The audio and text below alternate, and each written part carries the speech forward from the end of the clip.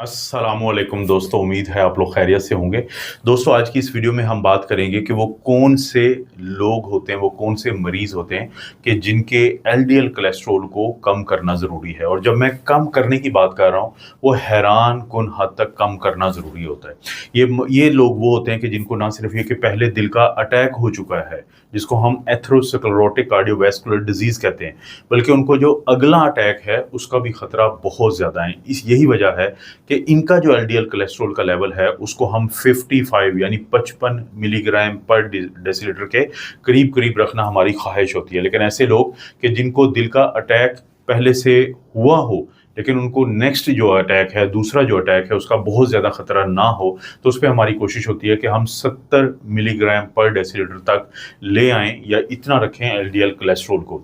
और आप दोस्तों को पता है कि आम तौर पे हम कितना कहते हैं ऐसे लोग कि जिनका एलडीएल कोलेस्ट्रॉल बढ़ा हुआ होता है। लेबॉर्ट्री की जब आप अक्सर वैल्यूज़ देखते हैं, तो आपको नॉर्मल जो वैल्यूज़ होती है, वो 130 मिलीग्राम पर डेसीलीटर नज़र आती है कि इससे ज़्यादा होगा तो आपका बढ़ा हुआ है। लेकिन हमारी ख्वाहिश होती है कि इसको 130 मिलीग्राम और 100 मिलीग्राम यानी 100 मिलीग्राम के दरमियान रखा जाए।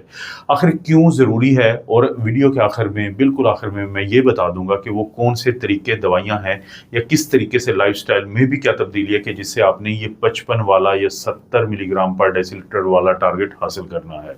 सबसे पहले तो ये बात कर लेते हैं कि इसमें प्रॉब्लम क्या है, एलडीएल कोलेस्ट्रॉल का इशू क्या है कि जिससे फिर दिल के अटैक हुए, जिनको हो चुके हैं, और उनको अगला अटैक ना हो जाए, या वो लोग जिनमें रिस्क फैक्टर ज़्यादा हैं, तो क्यों ज़रूरी है एलडीएल कोलेस्ट्रॉल को कम करना।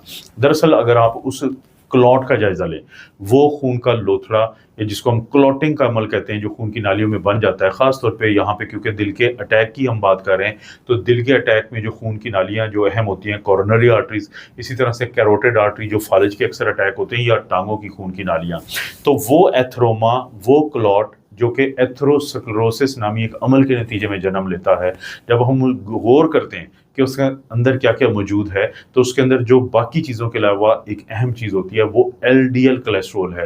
वो कोलेस्ट्रॉल है कि जो लो डेंसिटी लिपोप्रोटीन है। तो यही वजह है कि इसको जितना अग्रेसिवली कम करेंगे, उससे हमें 2 फ़ायदे मिलते हैं। ना सिर्फ ये कि एलडीएल कोलेस्ट्रॉल कम होता है, बल्कि इन्फ्लेमेशन भी कम होती है, और ख़ास तौर पे ये जो लोथड़ा है, ये जो प्लाक है, ये जो क्लॉट है, इसके बाहर की जो दीवार होती है, फाइब्रस कैप, वो भी थोड़ी मजबूत हो जाती है। यानी कोलेस्ट्रॉल कम हो जाएगा, कैल्शियम उसमें बेशक उतना ही रहे, तो वो हार्ड हो जाएगा क्लॉट, और फिर टूटने का खतरा कम रहेगा। यहाँ ये वजह है कि हमारी इंटरेस्ट होती है।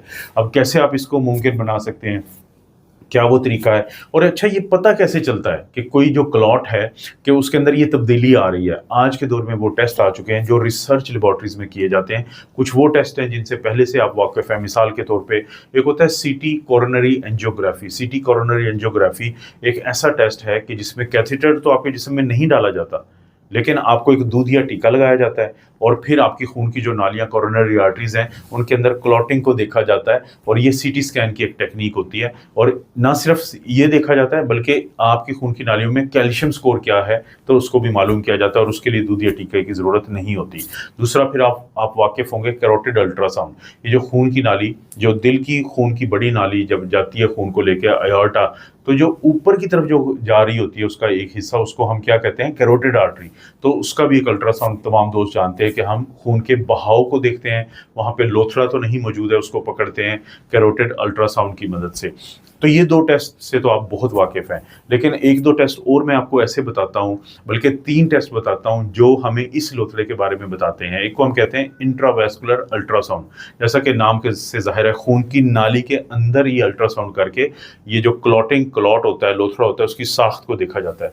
फिर दूसरे टेस्ट को हम कहते हैं नियर इंफ्रारेड स्पेक्ट्रोस्कोपी। ये भी हमें इस बारे में बताता है कि आपका जो क्लॉट है, उसकी साख्त में कोई तब्दीली आई है, नहीं आई है।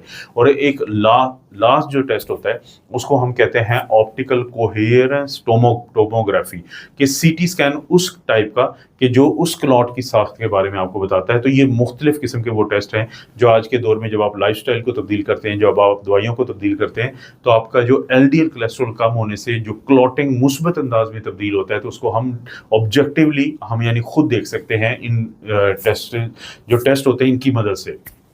तो अब हमें ये समझ आ गया कि किन लोगों में इसको कम करना ज़रूरी है, ये समझ आ गया कि हमें कैसे पता चलेगा कि इन लोगों को फ़ायदा हो रहा है।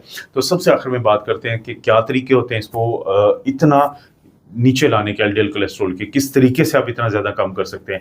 एक तो बड़ी मशहूर दवाइयाँ हैं जिसको हम स्टैटिन्स कहते हैं, जैसे रोज़ुवास्टैटिन है, टॉर्वास्टैटिन है, लेकिन उनको ज़्यादा डोज में देना पड़ता है, जिसको हम कहते हैं हाई इंटेंसिटी स्टैटिन थेरेपी। अगर वो अकेली काम ना करें तो हमें एज़ेटेमाइब देनी पड़ती है। एज़ेटेमाइब आपकी आंतों से कोलेस्ट्रॉल को आपके खून में नहीं जाने देती, और अगर वो लोग कि जी इसके बावजूद उनमें अभी बहुत ज़्यादा कमी ना हो पाए, तो एक मखसूस किस्म का ग्रुप होता है जो टीकों की शक्ल में ख़ास तौर पे मिलता है, और अब गोलियां भी मार्केट में आहिस्ता आहिस्ता आ रही हैं। उसको हम कहते हैं PCSK9 इनहिबिटर। ये भी मखसूस किस्म की दवाइयां हैं कि जो आपके कोलेस्ट्रॉल को, एलडीएल कोलेस्ट्रॉल को कम करती हैं। तो ये मुख्तलिफ किस्म की दवाइयां, इनके अलावा भी मार्केट में कुछ नई दवाइयां हैं कि जिनका इस्तेमाल किया जा सकता है। और लाइफस्टाइल का जहाँ तक ताल्लुक होता है, लाइफस्टाइल में आपने मेडिटेरेनियन स्टाइल एक खुराक होती है कि जो एक मखसूस किस्म की खुराक है जो दिल की सेहत को बेहतर करती है, खून की नालियों को सेहत को बेहतर करती है। और इसके अंदर क्या मौजूद होता है कि आपने कोशिश करनी है कि आप फल ज़्यादा इस्तेमाल करें, सब्ज़ी ज़्यादा इस्तेमाल करें। आपने कोशिश करनी है कि जो होल ग्रेन्स होती हैं, जैसे देसी गंदम की रोटी होती है, इसी तरह से ब्राउन ब्रेड होती है, इसी तरह से ब्राउन राइस होते हैं, चावल जो होते हैं, ये जौ और जई का आटा या दलिया जो है इन चीज़ों से बना हुआ, वो इस्तेमाल करें। और बादाम अखरोट मुट्ठी भर इस्तेमाल करें। हफ्ते में 2 दफ़ा मछली का इस्तेमाल करें। कम से कम आपने रेड मीट या गोश्त इस्तेमाल करना है, और अगर हफ्ते में 1 दफ़ा करना है तो उसके साथ चिकनाई कम से कम लगी हो। और जब आप ये करते हैं, आप कम से कम रोज़ाना 30 मिनट की वॉक करें तेज़ी से, या फिर कोई साइकिलिंग कर लें, स्विमिंग कर लें। ये अगर आप करते हैं, इसके साथ साथ अगर आप अपनी नींद को पूरा करते हैं, स्ट्रेस को कम करते हैं, यानी ये लाइफस्टाइल की तब्दीलियां हैं। शराब नहीं पीते, सिगरेट नहीं पीते।